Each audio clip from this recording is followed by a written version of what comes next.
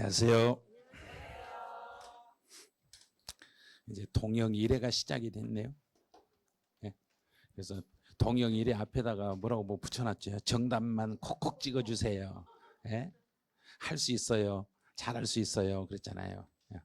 그래서 동영 1회차는 이제 주로 이제 문제를 만들고 주로 문제 이제 지문 구성이 세법 저희 임기훈 선생님께서 여기 구성을 했어요. 그래서 그렇게 어렵게 내지는 않았어요. 막 어렵게 내면 마지막에는 문제를 어려운 것보다는 알아야 될 지문 위주로 아마 냈을 거예요. 그래서 제가 이렇게 검토해 보니까 이 정도는 충분히 다 알 수 있는 지문들로 구성했고, 이 정도 문제를 내면 실제 시험장에 가서도 시험 보고 나서 그 항의를 하거나 출제 요원을 요구하거나 이러지는 못해요. 이 정도면. 이 정도 막 어렵다 이렇게 느끼는 게 아니라 내가 몰라서 틀렸네? 이런 식으로. 이런 형태의 문제일 거예요. 그래서 이제 지금부터 이제 30문제를 해설을 할 건데, 평균은 몇 점이 나왔는가는 제가 알려드릴게요. 이제 평균 점수는 62점 나왔어요. 평균은.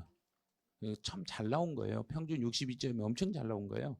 그리고 최고 득점이 93점 이사에서 2개 틀리신 분 계시네요. 2개. 예. 다 맞추실 줄 알았는데 다 맞추신 게 아니라 2개를 틀리셨네요. 그리고 뭐 나머지는 이제 문제 풀면서요. 제가 어디 지문에다가 많이 선택을 했고 왜 이걸 선택을 해서 틀리셨는지, 또 이걸 틀리신 분은 어떤 부분을 또 주의해야 되는지, 그런 부분을 지금부터 알려드릴게요.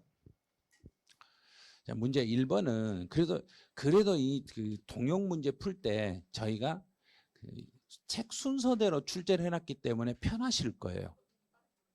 뒤죽박 섞으려고 그랬어요. 막 양도세 냈다가 재산세 냈다가 취득세다 막 뒤죽박 섞이려고 했는데, 그래도 그러면 안 되겠다. 그래서 처음부터 순서대로 문제를 출제하자. 그래서 순서대로 해드린 거예요.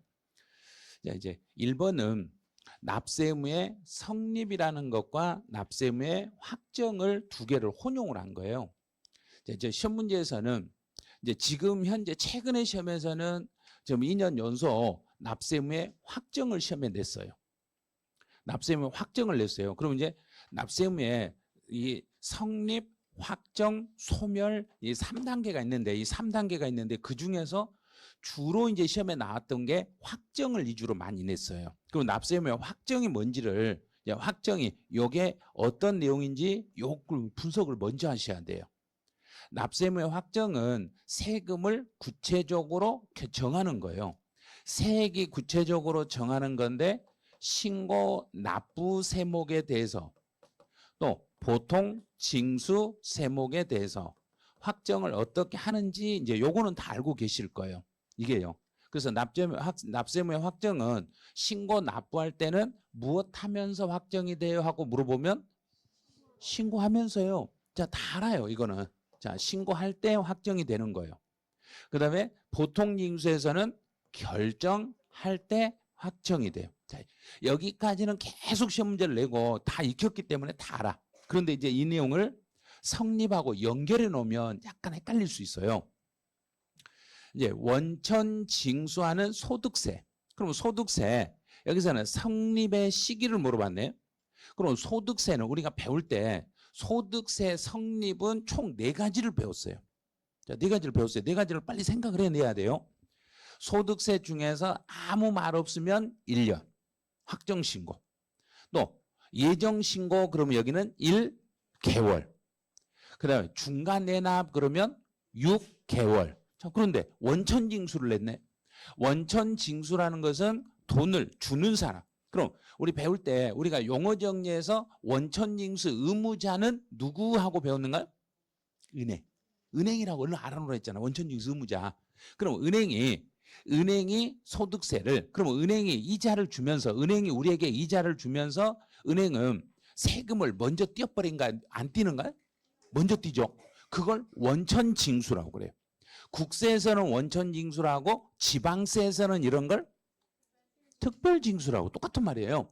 그래서 원천징수하는 소득세는 은행이 우리 국민들에게 이자를 뭐 할 때 세금을 떼어버린다는 이야기인가? 돈 이자를 지급할 때. 자, 지급할 때요. 그래서 소득 금액을 지급하는 때 이렇게 되는 거예요.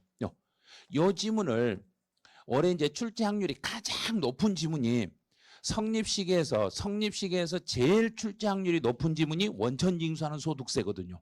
그래서 요 지문을 택해 드리는 거예요. 원천징수하는 소득세, 여기는 소득 금액을 지급할 때예요. 이런 식으로 가는 거예요. 자, 두 번째요. 이제 수정신고는, 자, 수정신고인데, 수정신고는 가로를 잘 봐야 돼요. 수정신고는 과세표준 신고서를 법정 신고 기한까지 제출한 자. 자, 여기에서 이제 힌트가 뭐냐면 신고 기한까지 제출한 자 그랬어요.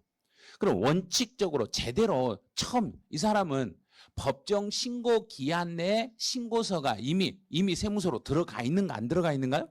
들어갔죠. 제대로 신고가 들어갔으니까 확정은 신고 납부 세목에서 확정은 뭐 하면서 확정이 되니까 신고하면서 확정이 되니까 이미 확정이 되어 있는 상태에서 그 내용을 수정을 하더라도 수정 신고도 다시 확정은 된다 안 된다? 된다. 되는 거예요. 자, 확정의 효력이 있어. 여기까지 맞는 거예요.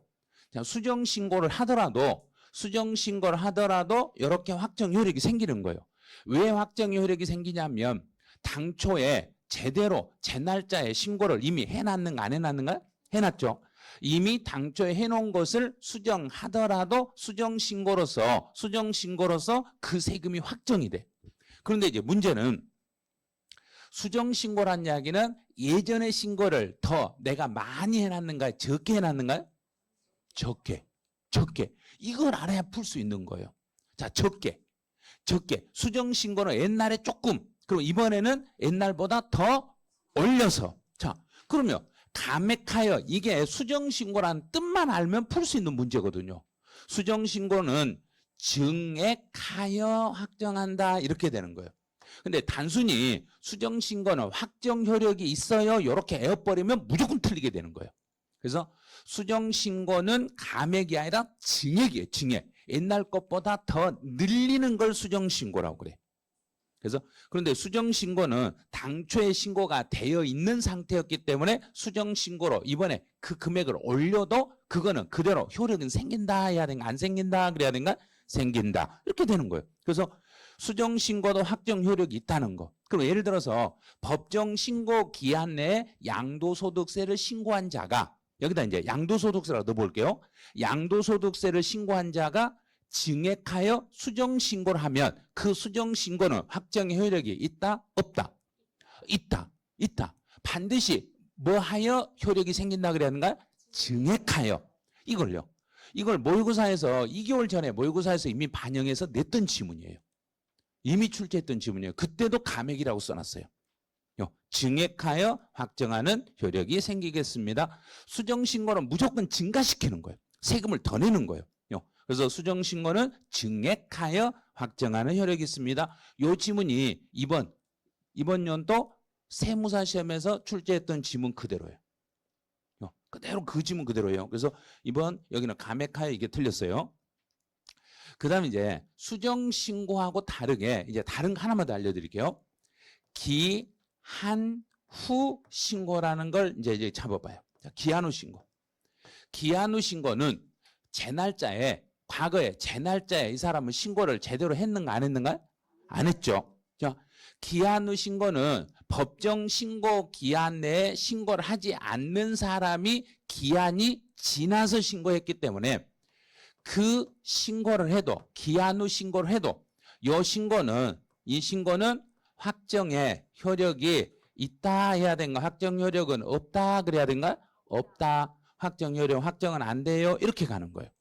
수정 신고는 증액하여 확정 효력이 생기지만 기한 후 신고는 그런 게 없다는 이야기예요. 그걸 조심하셔야 돼요. 그래서 이제 성립 확정 중에 이제 물어볼 수 있는 건 수정 신고하고 기한 후 신고가 시험에 출제 확률이 남았거든요. 그래서 이 수정 신고를 이번에는 정답으로 유도시켜 드린 거예요. 그다음 이제 세 번째요. 세 번째는 2번 지문하고 3번 지문은 똑같은 지문이에요. 동그라미 2번하고 3번은 똑같은 지문이에요. 당초 확정된 세액을, 그러면 당초 확정된 세액이란 이야기는 이미 당초에 신고가 돼 있는가 안 돼 있는가? 돼 있죠. 돼 있잖아요.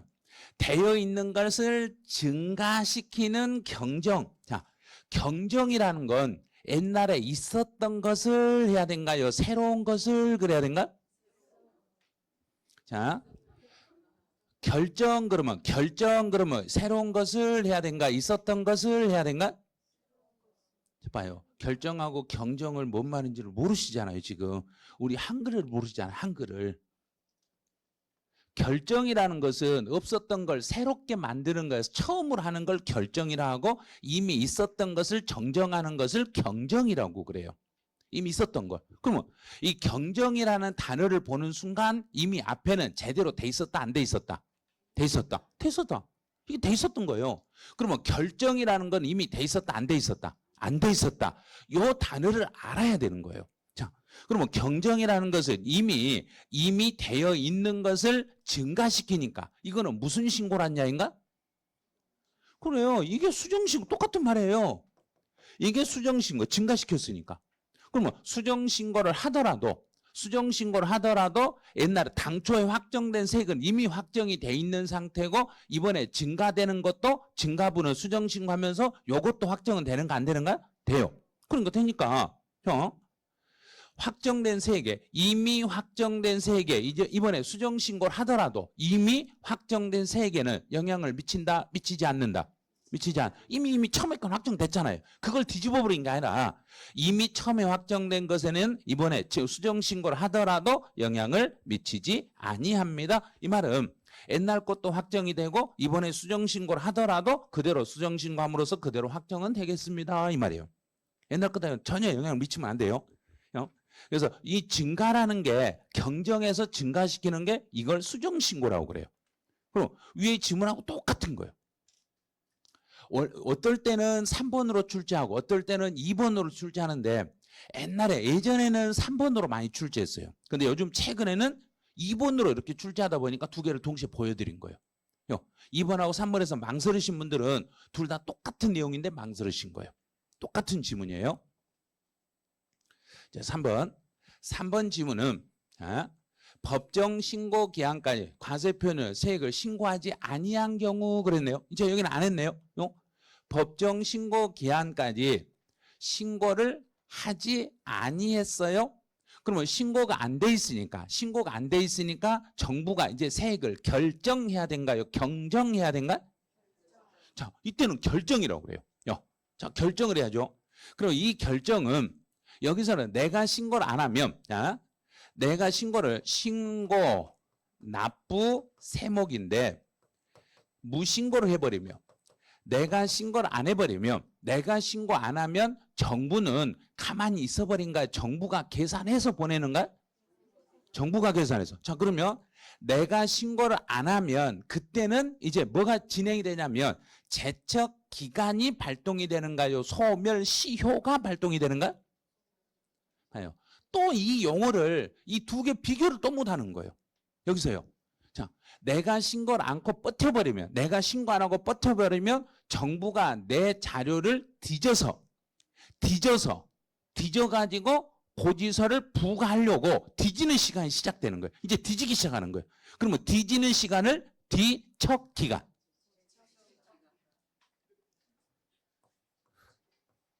이제 제척기간이 시작되는 거예요. 여기서요. 이게 제척기간이 시작되는 거예요. 그러면 제척기간이 시작돼가지고 제척기간 안에 세금을 결정해서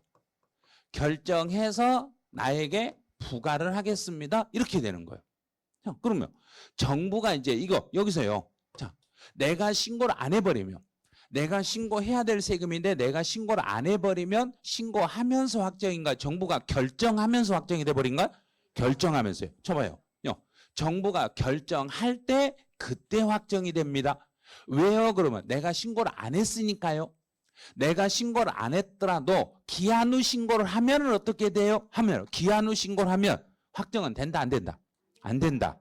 내가 신고를 안고 있다가 기한 후 신고를 하더라도 정부는 그 신고를 받고 몇 개월 안에 결정을 해줘야 되고 3개월 안에 결정해 줘야 돼요. 그래서 제대로 된 날짜에 신고를 하지 않았을 때는 세금의 확정은 반드시 무엇해야만 확정이 된다는 이야기인가?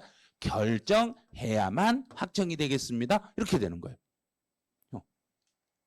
자, 동그라미 5번 같은 경우는 처음 들어본 지문일 거예요. 처음 보는 지문인데 올해 모든 시험에서 나온 지문이 바로 이 지문이에요. 이 지문. 계속 세법 우리 서류가 중요하다 그랬는가? 사실이 중요하다 그랬는가? 사실. 자, 봐요. 과세 대상이 되는 소득이나 수익이나 재산이나 막 이런 게 명의일 뿐이고, 자, 명의일 뿐이고, 기속되는 자는 명의일 뿐이고, 그러면 실제로 가져가는 사람은 자기가 주머니에 챙겨갔다는 야인가? 이름만 자기가 가져간 것처럼 했다는 야인가? 이름만 가져간 것을 했을 뿐, 실제 기속자가 따로 있으면, 세금은 명의자에게 물린다? 실제 기속자에게 물린다? 실제 기속자라. 그러면 사실상 기속되는 자를 납세의무자로 하여 세금을 물리겠습니다. 자, 이런 것을 전문용어로 뭐라고 하냐면 이걸 전문용어로 실질과세 원칙이라고 그래요. 이런 걸 실질과세라고 그래요.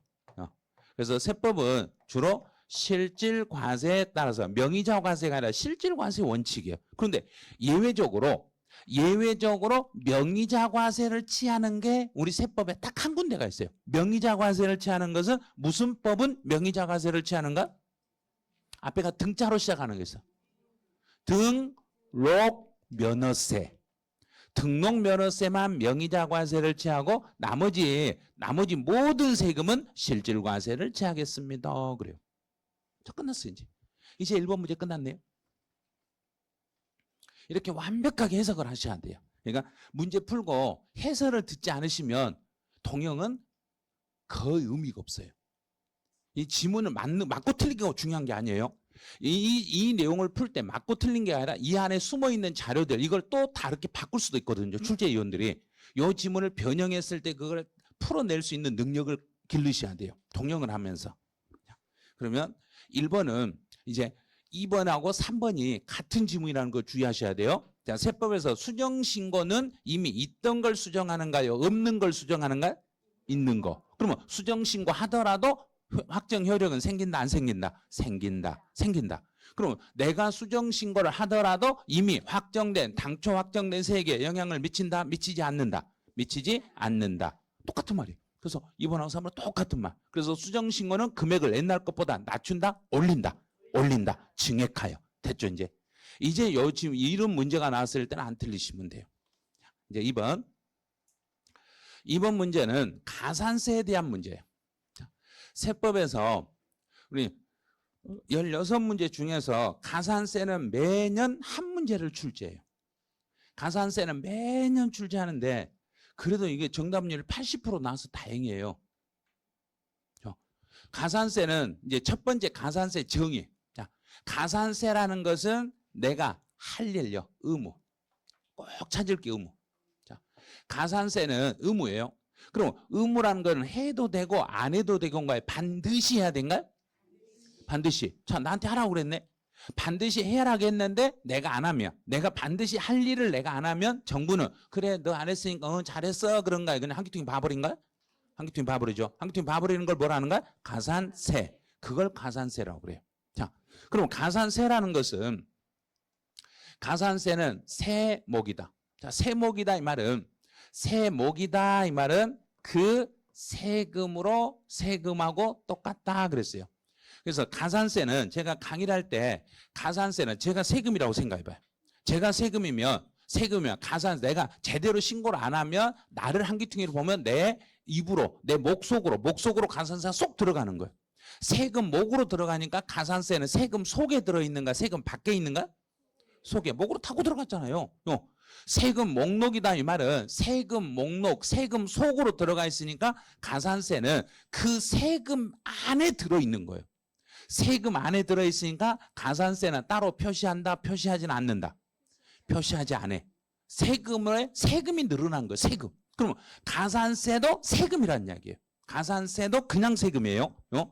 여기까지 해결했어요. 그럼 여기까지는 정의를 물어본 거고 그 다음에 할 일. 만약에 가산세는 본래 세금을 깎아준다고 해서 가산세까지 감면 대상이 된다 안 된다? 안 된다. 계속 시험에 나오면 이걸 했잖아요.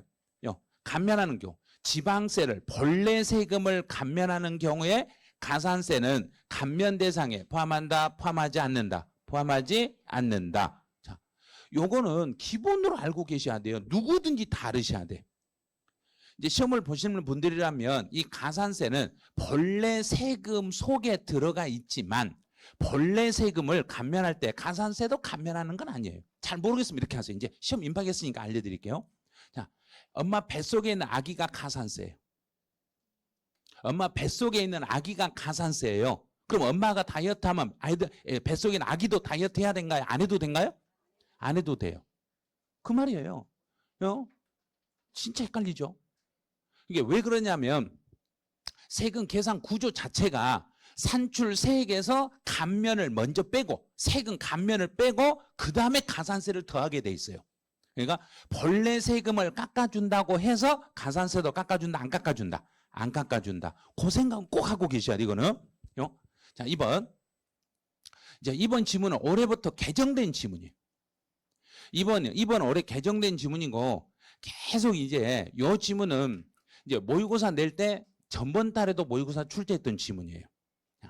과소신고 가산세나 무신고 둘 다예요. 자, 과소신고 가산세나 무신고 가산세나 둘 다 과소하거나 무신고했을 때 내가 세금을 신고를 아예 안 했거나 과소신고했거나 그러면 이 경우는 세금을 제대로 안 냈잖아요. 세금을 제대로 안 냈으니까 언제부터 가산세 납세의무에 성립이 돼요? 그러면 납세의무의 성립 시기는 법정 신고 기한이 지난 경과되는 때예요.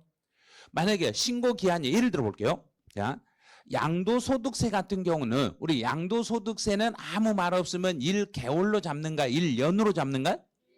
1년. 자, 1년치를 전부 묶어서 다음 년도 몇 월 달에 신고하고 5월 달. 그럼 5월 말까지 신고를 안 했어. 5월 말까지 신고 안 하면 가산세가 붙겠는가요? 5월 말 전에 가산세가 붙겠는가요? 신고 안 하면.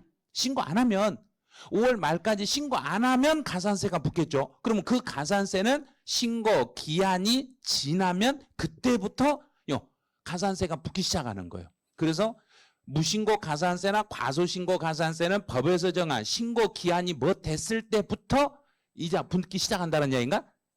지나요. 신고 기한이 경과하는 때 이때를 납세의무의 성립 시기로 잡는 거예요. 일반적인 경우는 이제 이걸 제외한 나머지 일반적인 가산세는 본래의 가산할 그 세금이 성립되면 따라서 성립을 하는데 이거는 내가 아예 세금 신고를 제대로 안 했기 때문에 과소신고나 무신고를 했을 때는 법에서 정한 신고 기한이 지나면 그때부터 납세 의무가 성립을 하겠습니다. 이게 법이 개정된 거예요. 올해부터 법이 개정된 지문이에요. 이제 3번. 3번은 2년 전에 시험에 출제했던 실제 기출문제예요. 자, 납세의무자가 법정 신고 기한까지 신고서를 제출하지 않았어요. 신고를 안 했으니까 무신고죠. 무신고는 두 가지가 있죠. 일반적인 무신고는 가산세 몇 프로 무는 거고 20%. 자, 그럼 부정한 행위는 아니에요. 부정한 행위가 아니라겠으니까 몇 프로 그래야 되는가? 20%. 만약에 부정하게 과소신고했어요. 그럼 부정하게 과소신고하면 사기치다 걸리면 확 뭐 해버려야겠는가? 사형시켜버려야겠죠. 그래서 부정한 행위가 있으면 그때는 몇 프로? 40%. 자, 여기는 신고를 안 했으니까 20%, 부정한 행위가 아니라겠으니까 20%가 맞는 거예요. 만약에 가로에다가 여기 부정한 행위예요. 그러면 여기를 몇 프로로 바꿔야 되는가? 40%로 이렇게 바꾸셔야 돼. 그다음에 여기를 과세표는 신고를 과소신고했어요. 그러면 그때는 몇 프로로 바꿔야 되고? 10%. 부정한 행위로 과소신고했어요. 그러면 40%로 이렇게 바꾸시면 돼요. 그래서 가산세하고 관련된 것은 1번은 용어 정의. 1번은 가산세 정의를 묻는 거고 2번은 올해 법 개정된 걸 물었던 거고 3번은 가산세율을 물었던 거고 가산세율. 그럼 이제 또 특수한 거 또 가보죠. 이제 4번은 기한 후 신고를 했을 때, 우리 기한 후 신고를 하면 제 날짜에 신고를 했는가 안 했는가? 안 했죠. 그럼 제 날짜에 신고를 안 했기 때문에 이건 무신고예요. 그럼 무신고 가산세는 기한 후 신고를 하더라도 무신고 가산세는 물어야 된다 안 물어야 된다? 물어야죠. 무신고 가산세를 물어야 되는데 단 예외적으로 기한 후 신고를 법에서 정해진 날짜가 지났더라도 조금이라도 빨리 기한 후 신고하면은 가산세를 많이 물린다 많이 깎아준다. 깎아준다. 이제 여기는 4번 지문은 가산세 경감을 낸 거예요. 자, 기한 후 신고를 하더라도 무신고 가산세는 일단은 부과가 돼. 자, 부과가 돼요. 기한 후 신고를 하더라도 무신고 가산세는 일단은 부과가 되는 거예요. 부과는 되는데 1개월 이내에 기한 후 신고하면 한 달 안에 기한 후 신고하면 그 무신고 가산세 몇 프로를 깎아줘라 그랬는가요? 50%. 자, 50%에 상당하는 것을 감면해 드리겠습니다. 그런데 만약에 내가 기한 후 신고를 하려고 하는데 정부가 이미 내가 신고를 제대로 안 했다는 걸 알고 정부가 세금을 부과하려고 해버리네? 탄소요. 과세표준과 세액을 결정할 것을 미리 알고 정부가 세금을 계산해서 나에게 보낼 것을 알고 내가 기한 후 신고했을 때는 가산세 경감을 받는다 못 받는다? 그건 안 돼. 그건 안 돼요. 자, 그러면 1개월 이내에 기한 후 신고하면 50% 경감을 받을 때, 그러면 경감을 받을 때는 기한 후 신고만, 자, 기한 후 신고만 하면 경감을 받는가요? 신고도 하고 돈도 내야 되는가? 신고만. 자, 기한 후 신고만 하면 납부하지 않더라도 신고만 하면 납부하지 않아도 경감 혜택을 받을 수 있어요. 왜 그러냐면 기한 후 신고는 내가 기한 후 신고를 한다고 해서 내가 기한 후 신고한 대로 그 세금이 확정은 된다 안 된다? 안 되죠. 그대로 확정되는 게 아니라 내가 기한 후 신고하고 나면 정부는 다시 몇 개월 안에 결정을 통지해 주니까 3개월. 3개월 안에 결정 통지해 주니까 납부를 안 했더라도 기한 후 신고만 해도 경감 혜택은 그대로 받을 수 있는 거예요. 자, 그럼 다시 또 두 개 더 가보죠. 1개월은 넘었어요. 1개월은 넘고 3개월 이내에 기한 후 신고하면 몇 프로 경감 혜택을 주고 30% 경감 혜택을 드리겠습니다. 그럼 3개월은 넘었지만 6개월 이내에 기한 후 신고하면 몇 프로 경감 혜택은 준다? 20% 경감 혜택을 드리겠습니다. 이제 이 경감을 참 물어봤네요. 그 다음에 이제 5번에서는 가산세는 반드시 물려야 된가요? 물어보면 아니요. 안 물릴 때도 있어요. 자, 가산세 부과가 안 하는 경우를 5번에다 넣은 거예요. 자, 통상적인 걸 넣은 거예요. 이제 신고 당시에 소송으로. 자, 소송으로 인하여 과소신고했네. 소송으로 인하여 과소신고했더라면 소송 때문에 제가 이제 지금 소송이 나면 과소신고했다. 그러면 이 재산이 상속재산으로 될지 안 될지 이제 판결이 됐는가? 아직 안 났는가요? 아직 안 났죠. 판결이 아직 안 떨어졌기 때문에 과소신고했다고 해서 나에게 벌칙으로 가산세를 물린다? 물리지 않는다? 물리지 않는다. 이렇게 되는 거예요. 이건 기본이에요. 그럼 이제 여기에 두 가지를 더 붙여볼게요. 만약에 내가 신고를 하지 않았던 이유가 천재지변 등의 정당한 사유가 있으면은 가산세를 물린다, 안 물린다? 안 물린다. 해결했죠? 자, 천재지변 등의 사유로 부득이하게 내가 신고를 못했더라도 가산세는 물리지 않습니다. 자, 여기에 이제 올해 법이 개정된 게 하나가 있어요. 양도소득세에서 법이 개정된 게 있어요. 부담부 증여에 대하여 부담부 증여에 대한 그 내용 중에 채무 인수액을 과소신고한 경우에는 양도소득세 과소신고 가산세를 부과한다, 부과하지 않는다. 끝에 발음하세요. 부과까지만 말하지 마시고 부과한다, 안 한다 말하세요. 자, 다시 부담부 증여를 받은 그 부분에 대해서 양도소득세를 과소신고하는 경우에는 가산세를 부과한다? 부과하지 않는다? 부과하지 않는다. 부과 안 해. 왜 안 하냐면 양도소득세를 낮추는 순간 증여세를 올려서 신고한 거예요. 채무인수익을 낮췄다는 이야기는 채무인수 이외가 올라가서 어차피 총 금액은 세무서로 들어갔는가 안 들어갔는가? 들어갔어요.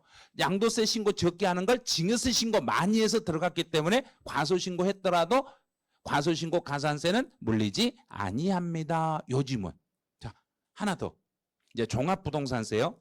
종합부동산세에서 우리 종합부동산세는 신고 납부를 반드시 해야 되는가요? 선택해야 되는가? 선택. 그러면 종합부동산세는 신고 납부를 선택해야 돼. 그럼 내가 무신고해버렸네. 종합부동산세를 신고를 안 해버렸어. 그러면 신고분에 대한 가산세는 물린다? 안 물린다? 안 물리는 거예요. 선택이니까 안 했더라도 가산세는 따로 물리지는 않습니다. 자, 그럼 가산세와 관련된 거 싹 풀었어 이제 이 가산세하고 관련된 문제가 나중에 또 다시 다른 지문으로 나와도 다 풀 수 있어야 돼요. 가산세 이 정도로 이제 풀어내셔야 돼요. 자, 3번. 3번은 서류의 송달에 관한 설명으로 옳지 않는 거예요. 자, 서류 송달. 서류 송달에 대해서 지금 틀리신 분이 조금 몇 분 계시는데 이것도 지금 75% 정도 맞추셨으면 나머지 분들도 다 맞출 수 있어요. 다 맞출 수 있어요. 서류 송달. 서류의 송달이라는 이야기는 정부가 우리 국민들에게 서류를 보내는 거예요. 그럼 이제 무엇부터 생각하냐면 이 서류의 송달은 자, 정부가 우리 국민에게 보낸다는 이야기인가? 우리 국민들이 정부에게 보낸다는 이야기인가? 정부가 국민들에게. 이게 서류 송달이에요. 그럼 정부가 국민들에게 서류를 송달할 때는 발신주의 개념이다? 도달주의 개념이다? 이제 이걸 착각하신 분들이 너무 많아요. 야, 서류는 우리 국민들 손에 들어와야 되는가요? 국민 손에 안 들어와도 되는가요? 들어와야 돼요. 들어와야 되니까 서류의 송달은 도달주의예요. 이걸 알고 정리를 하셔야 돼요. 도달주의라는 걸 알고 문제 지문을 풀면 그냥 다 풀려요. 자, 1번. 그러면 교부예요. 교부. 자, 교부. 교부라는 것은 세무 공무원들이 서류를 들고 집집마다 다니면서 나눠주는 거. 이게 교부 송달이에요. 그럼 우리 시험지 교부한다 똑같죠? 한 사람 한 사람 이렇게 나눠주는 거 교부라고 그래. 그러면 교부에 의한 송달은 그러면 직접 서류를 들고 그 사람을 찾아가야 되는데 그 사람을 찾아갈 때 어디로 찾아가야 돼요? 그러면 그 사람을 뭐 할 수 있는 장소로 찾아가야 된가? 그 사람에게 줄 수 있는 장소, 송달할 수 있는 장소가 그 사람에게 서류를 전달할 수 있는 장소, 그 사람에게 전달할 수 있는 장소에 찾아가는데 그 송달을 받아야 할 자에게 서류를 뭐 하면서 그러는가요? 건네줌으로써. 건네준다 이 말은 거 뭐 하면서? 도달. 그게 도달이에요. 자, 건네준다 이 말은 우리말로 건네준다 한자로 도달 이 말이에요. 그럼 그 사람 손에 도착하게 해주는 게 서류의 송달이라는 이야기예요. 그 사람 손에 도착하게 해줘야 돼. 자, 그러면 만약에 송달을 받아야 될 자가 송달 받기를 거부하지 않으면 그럼 원래는 이 송달할 장소가 어딘지 이제 생각해. 이건 생각만 쓰지 마세요. 송달할 장소는 그 사람을 만날 수 있는 장소는 그 사람의 주소지, 그 사람이 살고 있는 거소지, 또 그 사람이 일하는 영업소 또는 그 사람이 일하는 사무소. 자, 이쪽으로 가면 돼요.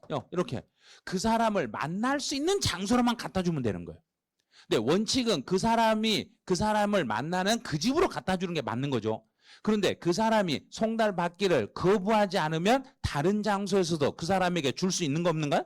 있어요. 자, 여기에서는 어떤 지문이냐면 송달을 받아야 할 사람이 송달을 받아야 할 사람이 요걸 조심하세요. 송달을 받아야 될 그 사람이 그 장소가 아닌 다른 장소에서 교부할 수. 그러면 다른 장소에서 그 사람에게는 전달할 수 있다, 전달할 수 없다? 있다. 그 사람이 뭐 하지 않으면? 거부하지 않으면. 그럼 반드시 다른 장소에서 서류를 전달할 때는 반드시 그 사람한테 의견을 물어봐야 되는가 안 물어봐야 되는가? 물어봐야 돼. 물어봐야 돼요. 혹시 여기서 받으실래요? 하고 물어봐서 네 주세요. 그러면 주는 거고 아니요 우리 집 갖다 주세요. 그럼 그걸로 갖다 줘야 돼. 이제 여기까지 찾았어. 그럼 이제 반대로 돌려볼게요. 송달을 받아야 될 자가 아닌 사람에게는 송달을 받을 사람이 아닌 사람에게는 송달 받기를 거부하지 않더라도 다른 장소에서는 교부할 수 있다, 교부할 수 없다. 절대 안 되는 거예요. 그래서 문제 낼 때는 제일 핵심 키가 여기예요. 송달을 받아야 될 그 사람만 다른 장소에서 받을 수 있어요. 그러면 그 사람의 배우자는 다른 장소에서 받는가 못 받는가요? 못 받아요. 그래서 나중에 중개사 일하실 때 계약서를 작성을 했어. 예를 들어서 이제 남편 이름으로 계약서를 작성했는데 배우자가 중개사 사무실 와서 배우자한테 그 계약서 서류를 전달해 주면 되는가 안 되는가? 안 돼요. 절대 안 돼요. 이거 집에 아저씨 갖다 주세요. 그래도 안 돼요. 그거 잘못 분실해버리면 주는 사람 책임이에요. 이런 걸 정확히 알고 계셔야 돼요. 그 사람에게는 다른 장소에서 교부할 수 있어요. 근데 그 사람이 아니었을 때는 다른 장소에서는 교부할 수가 없어요. 그 사람에게만 할 수 있다는 거 이제 찾았어요. 이제 두 번째로 납세의 고지. 자, 납세의 고지. 자, 요즘은 이제 찾아야죠. 납세 고지. 납세 고지는 고지서는 세금 고지서는 중요한 서류인가요? 안 중요한 서류인가요? 아주 중요한 서류죠. 세금 고지서는 엄청나게 중요한 서류예요. 자, 중요한 서류니까 이제 연대 납세 의무자를 이제 생각해. 자, 연대 납세 의무자라는 것은 연대 납세 의무는 여러 사람이 있으면 여러 사람 모두가 같은 책임을 지는가요? 따로따로 책임을 지는가? 같음. 자, 연대 납세 의무자의 정의는 연대 납세 의무자의 정의는 딱 두 글자 있죠. 뭔만 생각하면 되나 했던 게 연대 책임에서는 무슨 글자? 동일. 동일한 책임입니다. 동일. 모두가 같은 책임입니다. 자, 그러면 우리 지금 강의 듣는 우리는 모두는 나만 합격해야 된가요? 같이 합격해야 된가요? 같이. 그러면 만약에 옆에 사람이 떨어지면 나는 그분하고 나하고는 무슨 책임을 져야 되고? 참 말 못하겠죠. 사실 그 연대 책임이 예전에는 숙제를 안 해. 한 학생이 숙제 안 해오면 단체가 벌 받은 거 있었죠. 그럼 선생님이 무슨 책임을 물어서 그랬던가? 연대 책임을 물어서. 그래서 이제 연대 납세의무는 동일한 책임이에요. 그러면 고지서 한 장에 있는 이 금액을 연대 납세의무자 모두가 똑같은 책임을 져야 돼. 그럼 똑같은 책임을 진다는 이야기는 그 고지서를 연대 납세의무자에게 모두에게 따로따로 모두에게 각각 송달을 해줘야 된가요? 그중에 대표자에게만 송달을 해줘야 된가? 각각. 자, 됐죠? 송달할 때는 대표자를 이게 틀린 거예요. 일반 안 중요한 서류는 대표자에게 줘도 돼. 안 중요한 건 대표자에게 줘도 돼요. 그런데 자, 이 시험지 이게 고지서요. 시험지는 안 중요한가요? 중요한가요? 시험 보러 갔는데 야 반장 어디 있어? 반장. 반장만 시험지 받고 나머지는 그냥 구경만 해. 그럼 기분 좋겠는가요? 열받아 버리겠죠. 아니 왜 나는 시험지 안 준 거야? 그럼 똑같은 시험지를 똑같이 나눠줘야 된다는 얘기예요. 그러면 연대 납세의무자에게 똑같은 고지서를 연대 납세의무자에게 똑같이 나눠주는 거예요. 예를 들어서 이 고지서가 1억짜리다. 그런데 연대 납세의무가 예를 들어서 갑이라는 사람도 있고 을이라는 사람도 있고 병이라는 사람 세 사람이 있다. 그럼 갑을 병에게 모두에게 1억짜리 고지서를 각각 보내주라는 야인가 나눠서 보내주라는 야인가? 각각 똑같은 고지서를 보내주는 거예요. 자, 똑같은 고지서를 보내는 거예요. 자, 그럼 됐죠? 대표자를 명인으로 하여 이게 아니라 각자에게 고지서를 보내주는 거예요. 납세 고지서는 각자에게 보내고, 자, 대표자가 없으면 이거 쓸 수가 없어요. 이거는 일반 안 중요한 서류는, 중요하지 않는 서류는 대표자에게 보내고, 만약에 대표자가 없으면 그 중에 징수하기 유리한 자에게 보내면 돼요. 그러면 안 중요한 것은. 근데 세금 고지서는 무지무지 중요하기 때문에 무조건 연대 납세의무자 모두에게 보내야 돼. 그럼 이제 작년 시험은 뭐가 나왔냐면 여기서 이 중에 갑이라는 사람이 1억 원을 납부를 해버렸어. 갑이 1억 원을 납부해버리면 을과 병이 받았던 고지서는 또 세금을 내야 되는가요? 안 내도 되는가요? 안 내도 돼. 그러면 연대 납세의무자 중에 1인이 납부를 하면 나머지 연대 납세의무자에게도 영향을 미친다? 미치지 않는다? 미친다. 안 미친다는 거 아니라 미친다. 미쳐버린다. 그 말은 다른 사람이 세금을 냈으니까 나는 또 세금을 낸다. 안 내도 된다? 안 내도 된다. 납세의무로 소멸한다 이 말이에요. 한번 내버리면 그게 작년 시험 문제. 그래서 올해는 서류의 송달 중에 연대 납세의무자를 납세 고지하고 연결돼서 지문을 바꾼 거예요.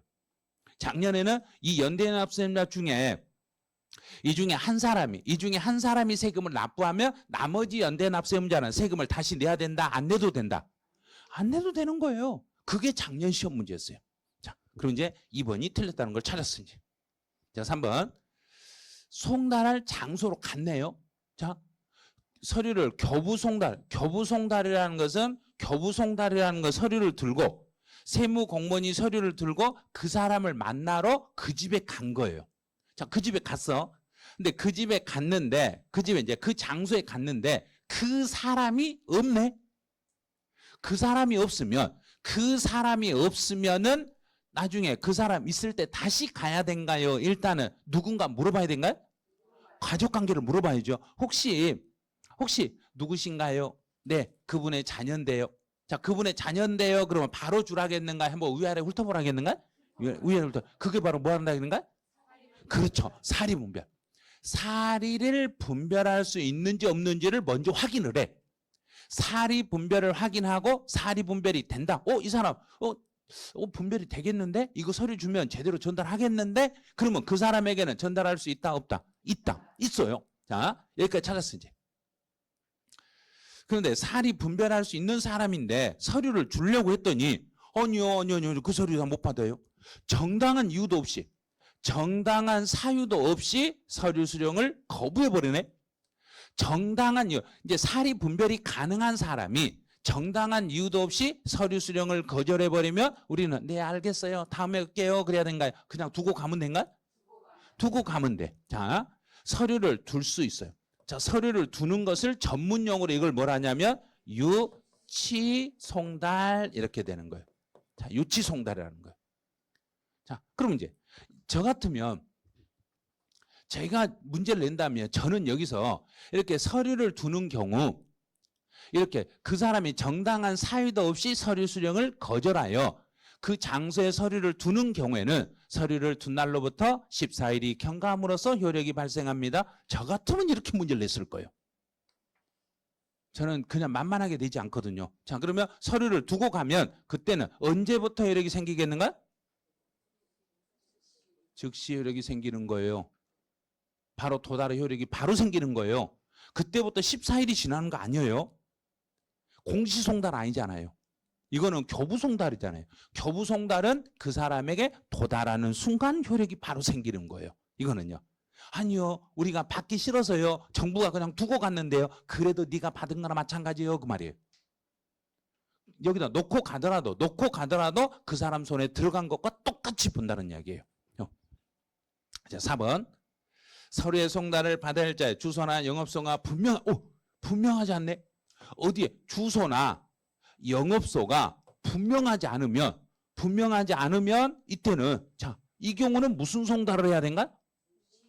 공시송달을 해야죠. 자, 공시송달. 자, 그러면 공시송달이니까 송달하고 나서 이제는 자, 송달하고 나서 며칠이 지나면 14일이 지나면 송달된 걸로 본다. 송달이라는 이야기는 그 사람 손에 도착한 걸로 본다는 이야기예요. 게시판에 붙이고 나서 바로 효력이 생기는 게 아니라 붙이고 나서 플러스 14일이 지나면 그때 가서 효력이 생기겠습니다. 이렇게 가는 거죠. 자, 그럼 다시 교부송달은 무엇하면서 효력이 생기고 도달하면서 효력이 생기고 교부는 도달하면서 효력이 생겨. 그러면 우편송달은 자, 우체국을 통해서 송달하는 것은 언제 효력이 생기고 도달 똑같아요. 세무공무원이 가면 교부송달, 우체국 직원이 가면 우편송달 똑같은 송달이에요. 그 다음에 전자송달 자, 전자송달은 나 너희들 만나기 싫고 우리 집 오는 것도 싫으니까 이메일로 보내. 자, 이메일로 보내. 그러면 이메일로 보내라고 했을 때는 전자송달은 언제 효력이 생기고? 저장됐을 때. 이메일함에 저장이 됐을 때 내가 확인을 안 해도 저장이 되면 바로 효력이 생겨버린 거예요. 그러면 공시송달은 게시판에 붙이고 나서 며칠이 지나야 효력이 생기고 14일이 지나야 효력이 생깁니다. 자, 이제 5번. 이제 기한을 정하여 납세 고지서를 송달하였더라도 자, 정부가 고지서를 송달했으면 그 고지서가 정부가 보냈을 때부터 효력이 생기는가요? 나한테 도달해야만 효력이 생기는가요? 도달해야죠. 그런데 이 서류가 너무 늦게 도달했어. 자, 도달한 날부터 7일 이내에 도달한 날로부터 내가 서류가 도착한 날로부터 7일 이내에 납부 기한이 도래해버리네. 그러면 자, 오늘 한번 예를 들어 볼게요. 오늘이 9월 20일. 자, 오늘 토지분 재산세가 우리 집에 도달했다고 한번 예를 들어봐요. 토지분 재산세는 언제부터 언제까지 세금을 내줘야 된가요? 9월 6일부터 9월 3년까지. 자, 달력을 모르신 분이 좀 있는 것 같아요. 9월 16일부터 9월 30일 사이에 세금을 내야 되는데 고지서가 9월 20일 날 집에 도착했으며 도착한 날 플러스 여기서부터 마감 날까지 7일이 넘게 남았는가 7일이 더 적게 남았는가? 7일보다 더 남았는가? 조금 더 적게 남았는가? 오늘이 20일이라니까 오늘 도착해서 오늘부터 7일 더하면 27일이네. 그러면 9월 30일까지 아직도 여유 있죠?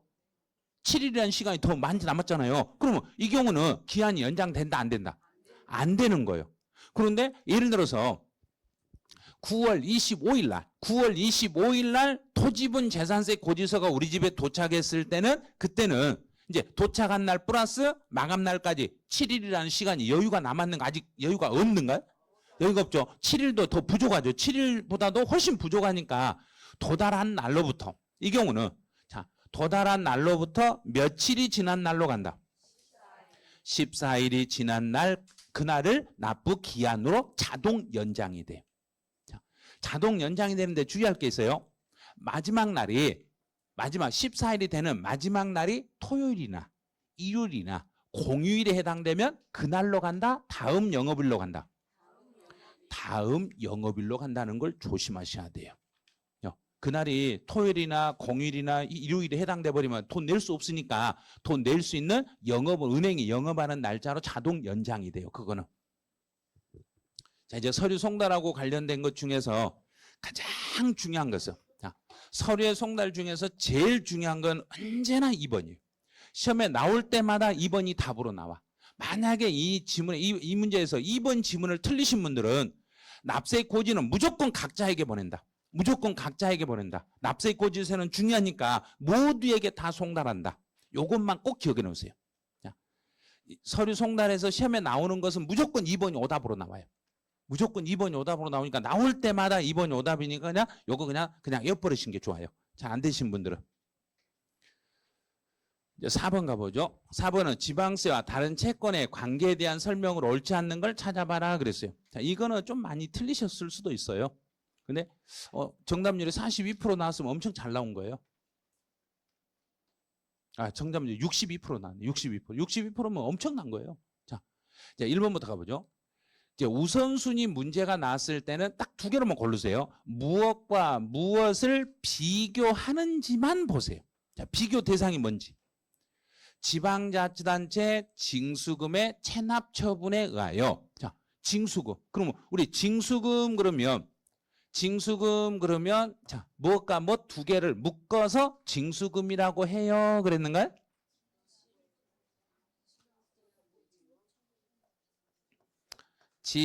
지방세와 체납처분비.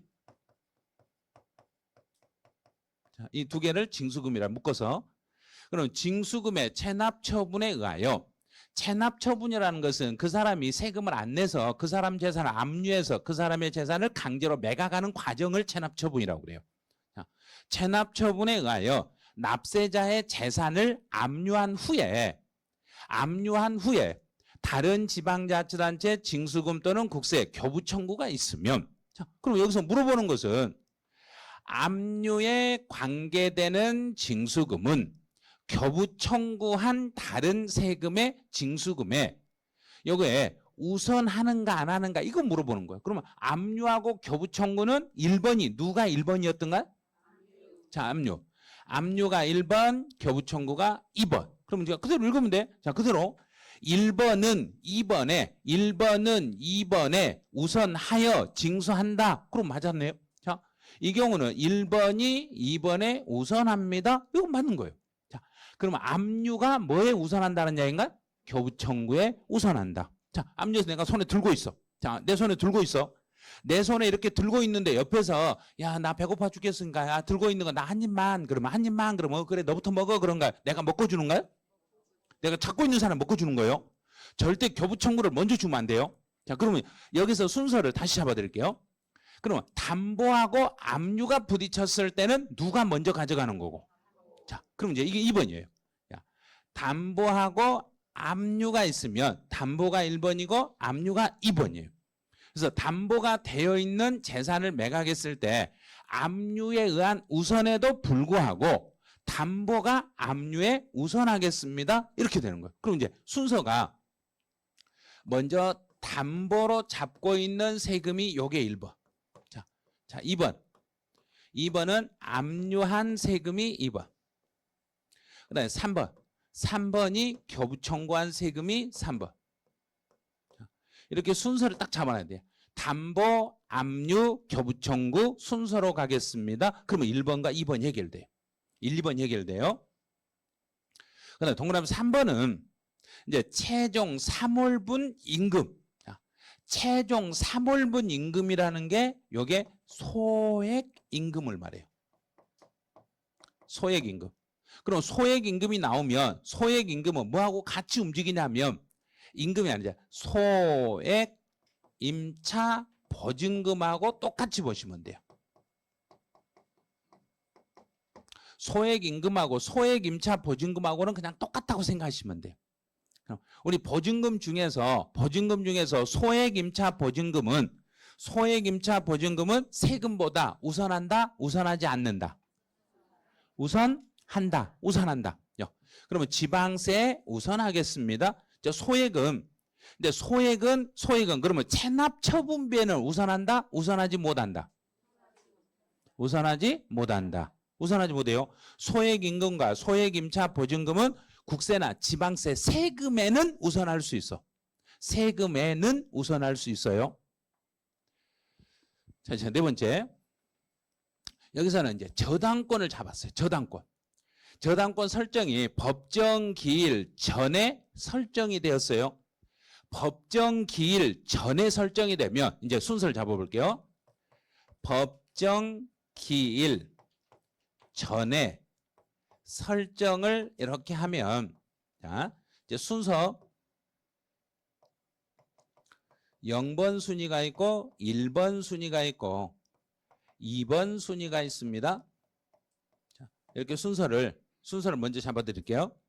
법정 기일보다 먼저 설정했으니까 자, 이제 여기하고 여기만 먼저 비교할게요. 1번 순위는 설정이 먼저 가져가야 맞는가요? 세금이 먼저 가져가야 맞는가요? 설정이 먼저 가져가는 거예요. 설정이 먼저 가져가고 세금이 뒤로 밀리셔야 돼요. 왜냐하면 법정기일보다 먼저 설정했으니까 설정이 먼저 가져가고 세금은 뒤로 밀려야 맞아. 그런데 예외적으로 요 세금 중에서 설정보다 앞으로 가져가는 게 있네. 이 세금 중에서 설정보다 앞에서 가져가는 그 재산에 부과된 세금은 아무리 먼저 설정이 됐더라도 그 재산에 부과된 세금은 설정보다 앞으로 간다, 뒤로 간다? 앞으로 가겠습니다. 그 재산에 부과된 세금은 설정보다 앞으로 가는데 여기에 해당되는 세금 중에 지방세와 국세로 이렇게 나눠서 요거는 꼭 암기를 하고 계셔야 돼. 자, 그럼 먼저 국세부터 가볼게요. 국세는 쉬우니까. 국세 중에서 그 재산에 부과된 세금은 딱 세 개를 찾아보세요. 무슨 세금인가? 종합부동산세. 자, 약칭으로 종부세. 자, 종부세라고 해놓을게요. 그 다음에 또 하나가 상속세. 또 하나는 증여세. 종합부동산세와 상속세와 증여세는 아무리 먼저 설정을 했더라도 설정보다 앞에서 가져간다, 뒤에서 가져간다. 앞에서 가져간다. 자, 이제 지방세. 지방세 중에서 가장 대표적인 것은 재산세. 재산세. 그 다음에 또 하나가 자동차세. 그 다음에 또 하나는 재산세에 나란히 나오는 거 있죠. 지역 자원 시설세. 지역 자원 시설세. 그 다음에 이제 또 하나가 재산세에 따라다니는 지방 교육세. 또 하나가 자동차세에 따라다니는 지방 교육세. 됐어, 이제. 다 끝났어요. 그럼 이제 해석해요. 아무리 먼저 설정을 했더라도 담보된 채권은 요게 바로 설정이에요. 자, 설정은 재산세. 그럼 이제 순서를 따져봐야죠. 아무리 설정이 법정기일보다 먼저 설정이 돼도 재산세와 담보된 채권에서는 누가 1번 배정을 받는가? 재산세. 요게 1번이고 담보된 채권이 2번이요. 그러면 담보된 채권은 재산세 우선한다, 우선하지 못한다? 우선하지 못한다. 자, 그러면 4번 이게 답이네요. 이렇게 답을 찾으시면 돼요. 자, 그러려면 그 재산에 부과된 세금을 꼭 암기하셔야 돼. 여기에 혹시 재산세가 아니라 여기를 취득세로, 양도소득세로 바꿔버리면, 취득세나 양도소득세로 바꿔버리면 그때는 설정이 취득세 우선한다, 우선하지 못한다? 우선한다. 이렇게 바꾸는 거예요. 만약에 여기를 상속세로 바꿨다. 그러면 설정은 상속세 우선한다, 우선하지 못한다? 우선하지 못한다. 이 세금 종류를 암기하고 계셔야 돼요. 지금 아직 여기가 암기 안 되신 분들은 지금이라도 암기하셔야 돼요. 왜? 올해는 우선순위 문제는 거의 확률이 99% 나올 확률이니까. 우선순위 문제는. 그래서 우선순위 문제 나오면 우리 시험에서는 반드시요. 그 재산에 부과된 세금의 종류, 이걸 가지고 오답을 만들게 돼 있어요. 자, 5번. 5번은 법정기일이네. 자, 법정기일은 딱 두 개만 생각하세요. 신고 납부 세목들은 무엇 하면서 무엇 할 때 법정기일이 되고, 신고할 때. 신고일이 법정기일이고, 보통 징수 세목은 고지서를 발송할 때가 돼요. 그래서 이제 법정기일은 신고 납부 세목의 법정기일은 신고일이 되는 거고, 보통 징수 세목에 대한 법정기일은 고지서 발송일이 되는 거예요. 아니, 바로 앞 문제 풀 때 서류 송달할 때는 도달이라고 했으면서 왜 여기는 또 발송이라고 그러신가요? 거기는 정부가 우리 국민에게 서류를 보내는 거고, 이거는 정부가 어떻게든지 세금을 자기들이 먼저 가져가려고 보통징수, 정부에서 고지서를 보내는 세금들은 언제를 세금 분배 기준 날짜로 찾겠다는 얘기인가? 고지서를 발송한 날을 기준 날짜로 찾겠습니다. 이렇게 가면 돼요. 자, 그럼 우선순위는 이 정도 정리하시면 이 문제면 충분히 우선순위 문제는 해결하실 거예요. 이제 5번에 취득세, 납세 의무자로 가보죠. 취득세, 납세 의무. 취득세, 납세 의무는, 자, 이거는 그렇게 이제 어렵지 않아요. 이제부터는. 시험 문제는 총론이 제일 어려워요. 언제나 문제 처음에 나오는 총론 두 문제 풀 때 지금 주의하셔야 돼요. 거기서 많이 당황하실 거예요. 자, 수입 이 말이 나오면 다른 질문 아무것도 몰라도 돼요. 외국인 물건을 수입했을 때 취득세 내는 사람은 누가 내는 거고, 수입하는 자. 자, 이것만 읽으면 돼요. 수입하는 자, 이렇게 읽으시면 돼요. 자, 2번 상속. 상속을 받았어요. 그러면 취득세에서 상속을 받으면 세금은 누가 내야 돼요? 하고 물어보면 상속인 각자. 자, 이제 작년 시험은 이걸 상속인 각자는 연대하여 납부할 책임이 있다, 없다? 자, 다시 하세요. 이랬다 저랬다 하지 마시고. 시험 며칠 안 남았어요, 지금. 상속인 각자는 상속인이 한 사람이 아니라 여러 사람이잖아요. 그러면 여러 사람이면 정부가 그 상속분에 대한 취득세를 연대 납세문자 모두에게 고지서를 모두에게 보낸다, 대표자에게 보낸다. 모두에게 보낸다. 그중에 한 분이라도 세금을 내면 나머지 상속인들은 세금을 내야 된다, 안 내도 된다? 안 내도 된다. 자, 그러면 상속인 각자는 서로 간에는 연대 납세무가 없다, 있다? 있다고요. 있어, 없다고 하지 마시고. 연대 납세 의무 있어요. 상속인 각자는 연대 납세 의무가 있어요. 이게 작년에 정답이었어요. 작년에 정답이라 올해 나올 확률이 거의 없으니까 천만다행인지 잘못 알고 있으면 큰일 나요, 이거. 그래서 상속인 각자는 연대하여 납부할 책임이 있어요. 이거 연대 책임이 있는 거예요.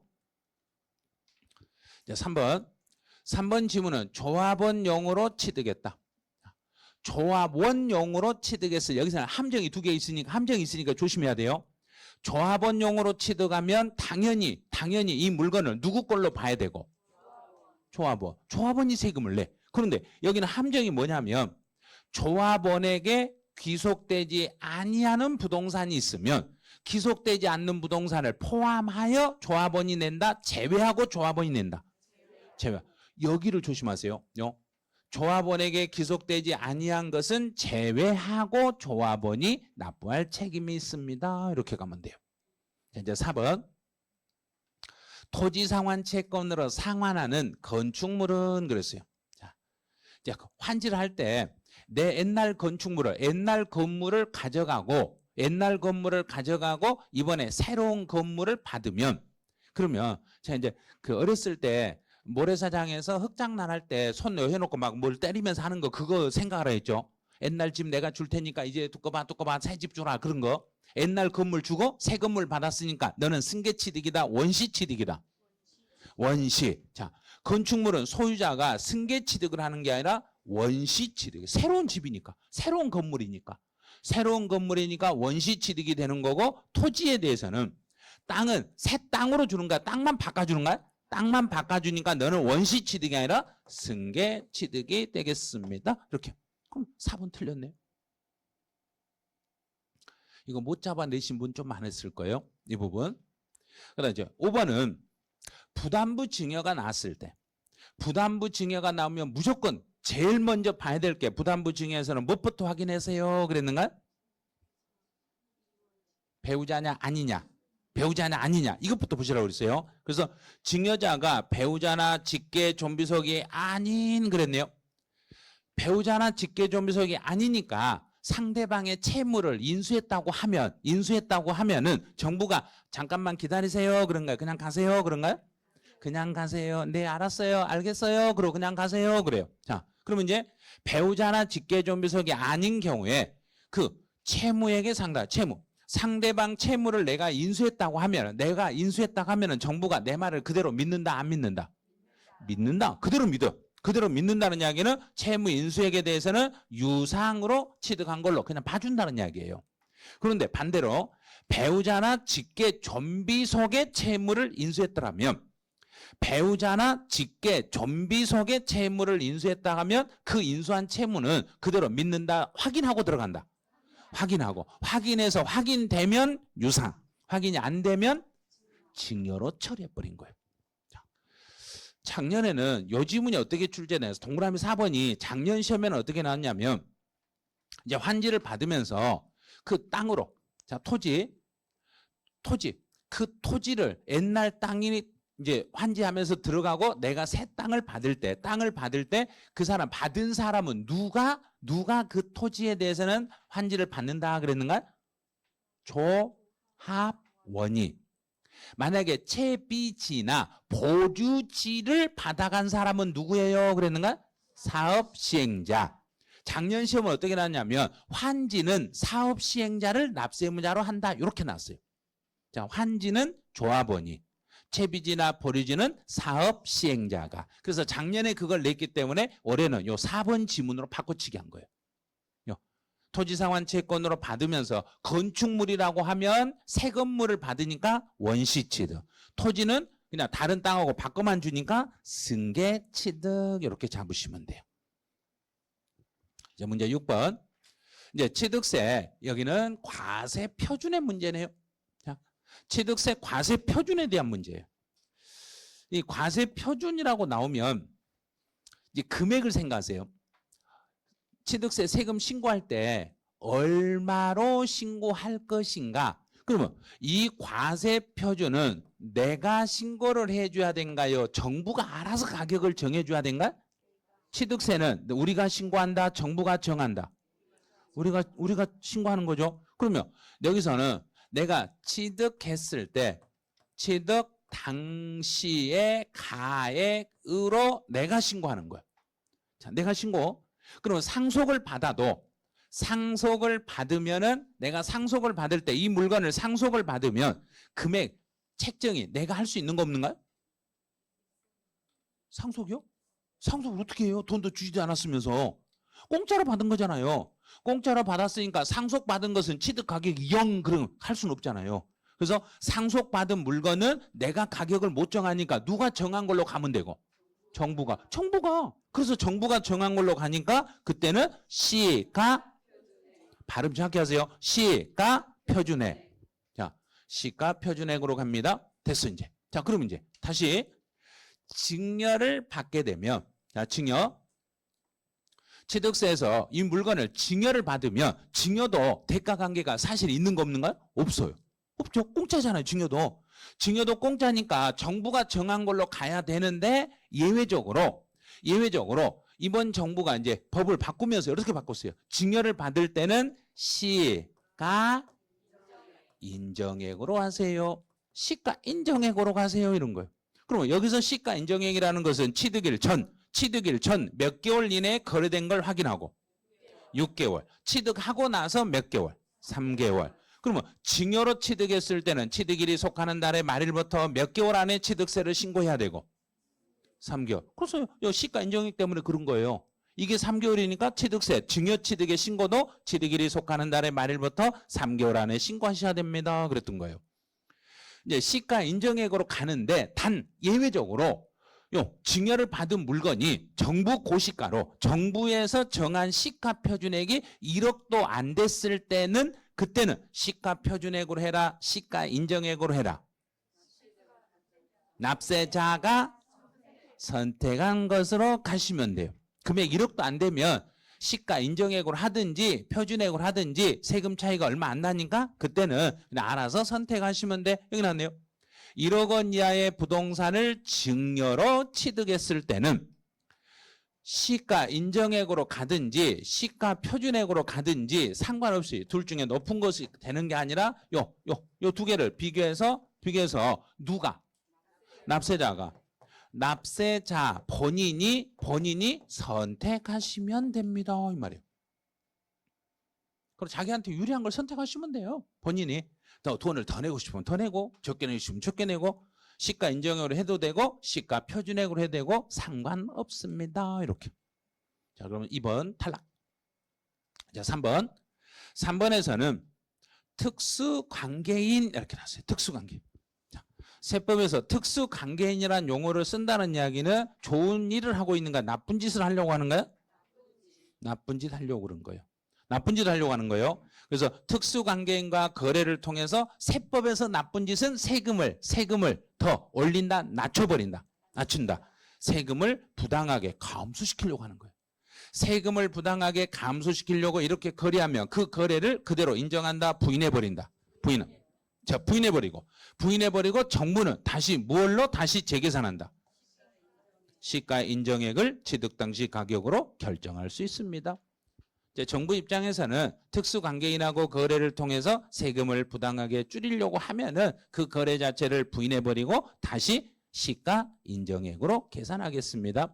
그럼 이제 여기서 부당한 행위는, 부정한 행위는 시가와 시가 인정액과 거래, 실제 지금 이 사람과 특수관계인하고 거래한 금액과 시가 인정액과의 차이가 액수로 따졌을 때 얼마 이상 차이가 벌어지거나 3억 이상 차이가 벌어지거나 시가 인정액에 몇 프로 이상 차이가 벌어지면 5% 이상 차이가 벌어지면 그 거래를 부인해버리고 시가 인정액으로 다시 재계산을 해버리겠습니다. 자, 4번 대물 변제네요. 대물 변제에 따른 취득의 경우는, 그러면 대물 변제니까 내가 돈을 줘야 되는데 돈 대신 물건을 줘버렸네. 돈 대신 물건을 주니까 그 대물 변제액이 대물로 변제했던 액수, 그 금액을 과세표준으로 잡으셔야 돼. 그런데 대물 변제는 물건으로 대신 줘버린 거죠. 그럼 물건으로 대신 줬더라도 지금 그 물건에 지금 변제액하고 대물 변제액하고 그 물건의 주변 시세하고 비교해서 둘 중에 낮은 걸로 간다? 높은 걸로 간다? 자, 언제나 정부는 국민들에게 좋은 쪽으로 세금을 걷어간다, 국민에게 안 좋은 쪽으로 걷어간다. 그러면 어떻게 되는지 세금을 더 걷어가려고 한다, 적게 걷어가려고 한다? 더 많이 가져가려고 그래. 그걸 그대로 읽으면 돼요. 대물 변제액이 시가 인정액보다 적은 경우, 그러면 이게 이렇게 된다는 이야기예요. 대물 변제액이 시가 인정액보다 적었을 때는, 적었으니까 자, 1번, 2번. 자, 적다는 이야기는 1번이 크다는 이야기인가, 2번이 크다는 이야기인가? 2번이 크다는 소리예요. 2번이 크니까 1번으로 과세표준을 잡겠다, 2번으로 과세표준을 잡겠다. 2번. 그래서 시가 인정액으로 가겠습니다. 대물 변제액과 시가 인정액을 비교해서 둘 중에 더 높은 금액으로 잡겠다, 낮은 금액으로 잡겠다. 높은 금액으로 과세표준을 정해버리겠습니다. 자, 5번. 부동산을 원시로 취득했어요. 자, 부동산을 원시로 취득하면 건물 신축했네. 건물을 신축했을 때 나 이 건물 신축에 신축 공사비 내역서가 이만큼 들어갔어요 하고 신고했네. 사실상 취득 가격이 이만큼이에요. 그러면 정부가 네 알겠어요 그런다겠는가요? 잠깐만 기다리세요 그랬는가? 네 알겠어요. 신고하면 네 알겠어요. 알겠어요. 그냥 가세요. 그래. 가세요 해놓고 뒤에서 뒷조사하는 거예요. 자, 그래서 계속 이런 말 했잖아요. 오늘이 9월 20일 금요일이에요. 오늘 9월 20일 금요일 아침에 가방 들고 학원 간다고 나오면 자 학원 갔다 올게 그러면 집에서 믿는다 안 믿는다? 믿는다 했잖아요. 믿고 나서 학원에 전화해본다 했잖아요. 진짜 왔는지 안 왔는지. 그러니까 언제나 말하면 정부는 믿는다 안 믿는다? 믿는다. 일단 믿는다. 일단 믿어놓고 뒷조사하는 거예요. 이거 똑같은 거예요. 그러면 이 금액이 실제 금액이든 아니든 상관없이 사실상 취득 가격이라고 말하면 정부는 일단 믿는다 안 믿는다? 믿는다. 자, 믿어. 그런데 법인이 아닌 개인들이 건물을 신축해서 취득 가격을 확인할 수 없는 경우, 자, 그럼 공사비 내역이 장부로 확인이 안 되면 법인들은 장부를 작성해야 돼요. 법인들은 장부를 작성해서 비치를 하셔야 돼. 만약에 법인들이 장부 비치 안 하면 가산세 몇 프로 물려버린가요? 10% 물려버려. 법인들에게는 장부 비치 안 하면 10% 가산세 물려버려요. 근데 개인들은 장부를 비치하지 않았더라도 개인에게는 가산세를 안 물려. 그럼 개인들은 장부가 잘 없어요.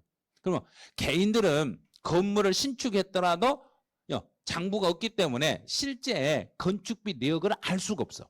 그럼 건축비 내역을 알 수가 없으면 그때는 내가 제시한 게 없으면 누가 정한 걸로 가야 되고 정부가 정한 걸로 가니까 시가 표준액으로 갈 수밖에 없습니다. 확인할 수 없을 때는 반드시 시가 표준액으로 가는 거예요. 무조건 과세표준 문제 풀 때 취득세에서 확인할 수 없어요. 그러면 무조건 시가 표준액.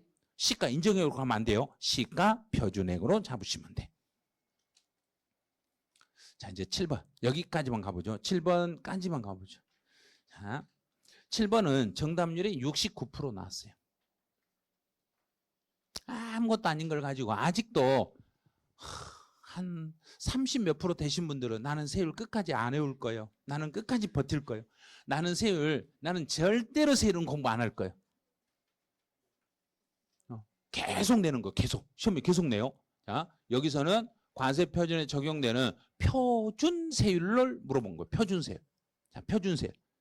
표준 세율을 물어본 거예요. 자, 매매로 농지 이외. 농지가 아닌 거 그랬어요. 농지가 아닌 걸 매매했으면 40%가 아니라 1000분의 40. 1000분의 40이니까 4%.